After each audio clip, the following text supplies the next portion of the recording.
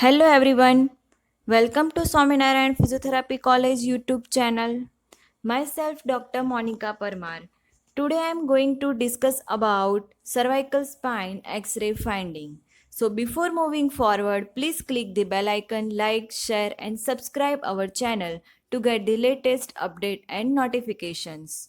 Let's start our today's topic, cervical spine X-ray finding. I know what you all are thinking.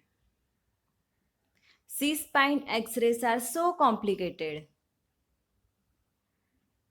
Here is a quick overview of the basics and some pathologies too. In South Africa, cervical spine injuries are incredibly common.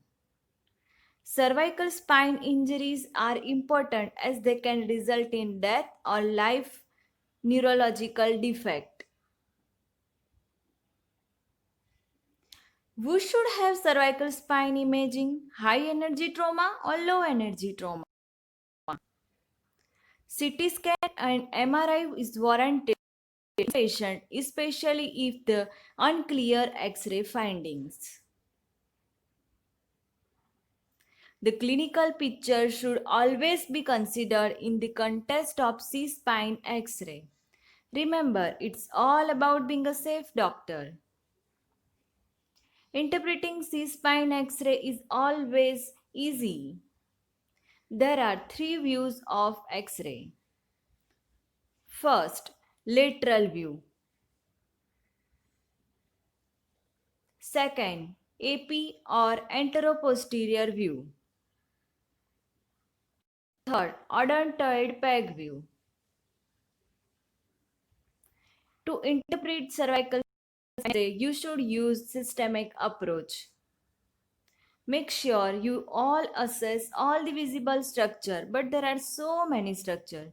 Use ABCDE approach. First, A means adequate coverage.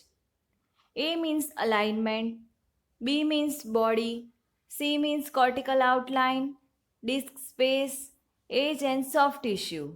See what is ABCDE approach? First, adequate coverage. Adequate coverage means all covering vertebrae from C1 to T1. In side view or in lateral view, if T1 is not present at that time, swimmer's view is taken. Second is alignment. In alignment, we see three lines. First, anterior, second, posterior, and third, laminar line. Anterior line is formed by anterior longitudinal ligament. Posterior line is formed by posterior longitudinal ligament and laminar line is formed by anterior edges of spinous process. Okay, then body. In body, we check all the vertebral bodies are approximating same height or not. It correspond to spinous process or not. Then cortical outline. In cortical outline at level of C2, we look the cortical ring, which are the lateral masses view from the side.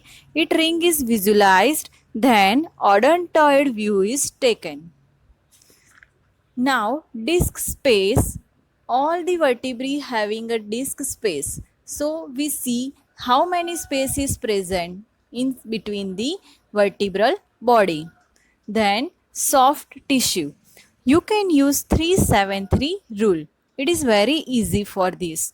373 rule means from C1 vertebrae to C3 vertebrae, the width is 7 centimeter. And after C3, the width is 3 centimeter. But after C3, if the width is increased above 3 centimeter, then hematoma is present.